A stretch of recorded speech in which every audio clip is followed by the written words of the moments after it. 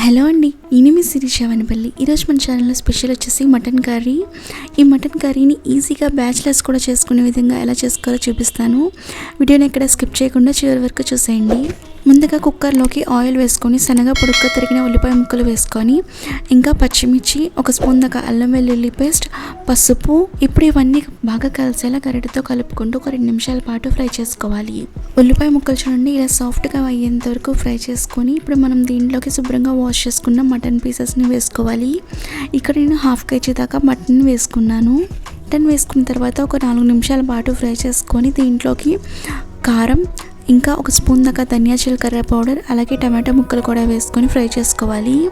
ఇలా ఒక 2 నిమిషాల పాటు ఫ్రై చేసుకున్న తర్వాత దీంట్లోకి ఒక గ్లాస్ దాకా వాటర్ వేసుకొని కుక్కర్ పైన మూత పెట్టుకొని 4-5 విజిల్ వచ్చేంత వరకు ఉడికించుకొని, విజిల్ వచ్చిన తర్వాత కుక్కర్ పైన మూత తీసి దీంట్లోకి గరం మసాలా ఇంకా కొంచెం పుదీనా ఆకులు కూడా వేసుకొని బాగా కలుపుకొని, మీరు టమాటో పీసెస్ వేసినప్పుడే మీకు రుచికి తగినంత ఉప్పు కూడా వేసుకొని కుక్కర్లో మూత పెట్టుకొని ఉడికించుకోండి. నేను వీడియోలో చూపించడం మర్చిపోయాను.